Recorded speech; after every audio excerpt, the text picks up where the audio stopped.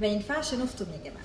مفيش حاجه اسمها عندي مشكله في الثدي وهفطم من ناحيه وارضع من الناحيه الثانيه عادي.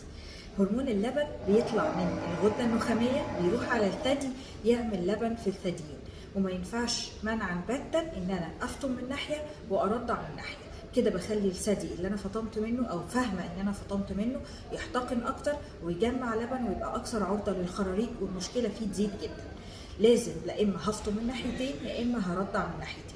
ولو عندي مشكله في الثدي هروح لدكتور متخصص ويبدا علاجها صح، لان في حاجات تستدعي ان انا افطم واوقف الرضاعه تماما ونهائيا للطفل دوت من ناحيتين، وفي حاجات تستدعي ان انا اتعالج واكمل رضاعه عادي جدا.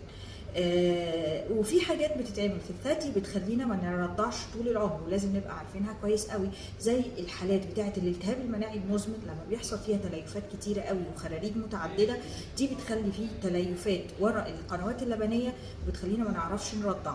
واول بعد ما يتم الولاده لازم نوقف الرضاعه على طول عشان ما نخليش الثدي يحصل له خراريج. تاني حاجة العملية بتاعت استئصال القنوات اللبنية، حتى لو من ناحية واحدة بس ما ينفعش أقول بعد ما أحمل وأرضع.